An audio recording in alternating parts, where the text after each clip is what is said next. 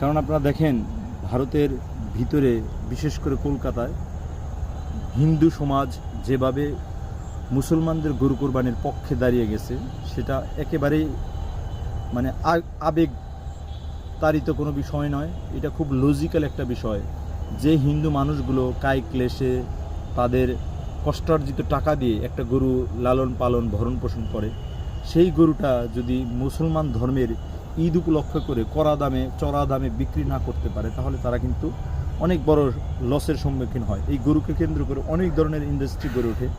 একটা যেমন জুতা ইন্ডাস্ট্রি, আপনারা জানেন অনেক বেল্ট আছে, অনেক শার্ট আছে, অনেক প্যান্ট আছে যেগুলোর মধ্যে অনেক নামি দামি ব্র্যান্ডের চামড়া ব্যবহার করা হয়। এবং এই চামড়াগুলো কোথা থেকে আসে? এটা গরুর চামড়া থেকে আসে, খাসির চামড়া থেকে আসে, মহিষের চামড়া থেকে আসে, উটের চামড়া থেকে আসে, হরিণের চামড়া থেকে আসে।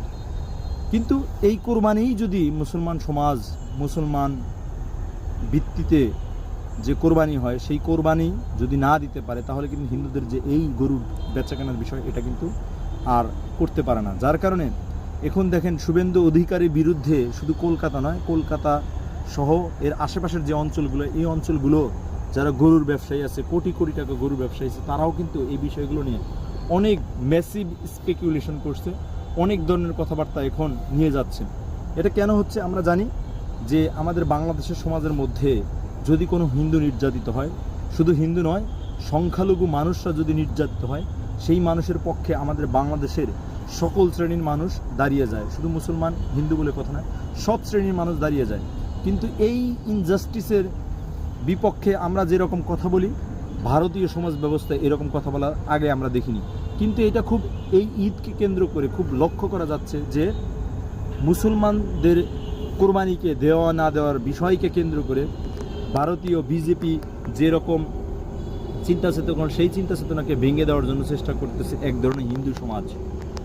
যে সমস্ত হিন্দু সমাজের মধ্যে বোধোদয় হয়েছে তারা বিভিন্ন ধরনের কথাবার্তা বলে যে গরু তাদের মা, কিন্তু গরু যদি মা হয়ে থাকে তাহলে মাকে আপনি ঘরে মানে একেবারে গলায় দড়ি দিয়ে আপনি কেন গোয়াল ঘরে শোয়াবেন? তাকে কেন একবার নিকৃষ্ট জায়গাগুলো রাখবেন? তাদের কেন ঘাস খাওয়াবেন?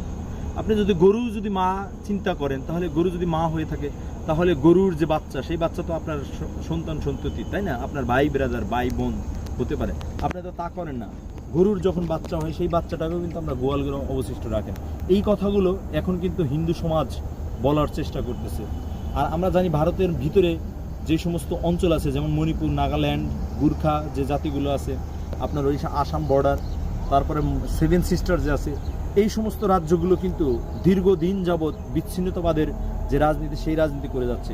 এবং এই রাজনীতিটা কেন হচ্ছে? এই ভারতের ভিতরে এই ধরনের নিষ্পেষণের কারণে, এই ধরনের কড়া নির্যাতনমুখী আচরণ করার জন্য। আপনারা জানেন যে যেখানে নামাজ হয়, আজান হয়, সেখানে আজান দেওয়ার পরিবর্তে তাদেরকে ঢোল পিজিয়ে বিভিন্ন ধরনের বাজনা শোনানো হয় এবং তাদেরকে নামাজে বিরত রাখার চেষ্টা করা হয়। এই জিনিসগুলোও কিন্তু সমাজ ব্যবস্থার মধ্যে, ভারতীয় সমাজ ব্যবস্থার মধ্যে এক ধরনের ফাটল সৃষ্টি করছে, যেই ফাটল থেকে ভারত আদৌ বের হতে পারবে কিনা আমরা জানি না।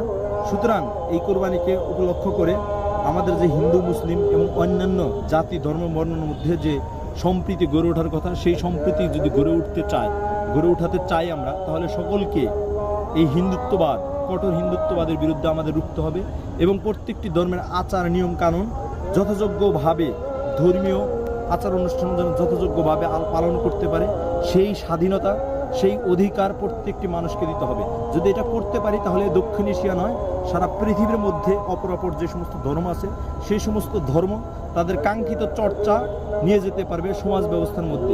সেই চর্চা দিয়ে আমাদের সামাজিক বন্ধন, আমাদের যে সম্প্রীতির কথাবার্তা, সেই কথাবার্তাকে আমরা সুষ্ঠুভাবে পরিচালিত করতে পারবো।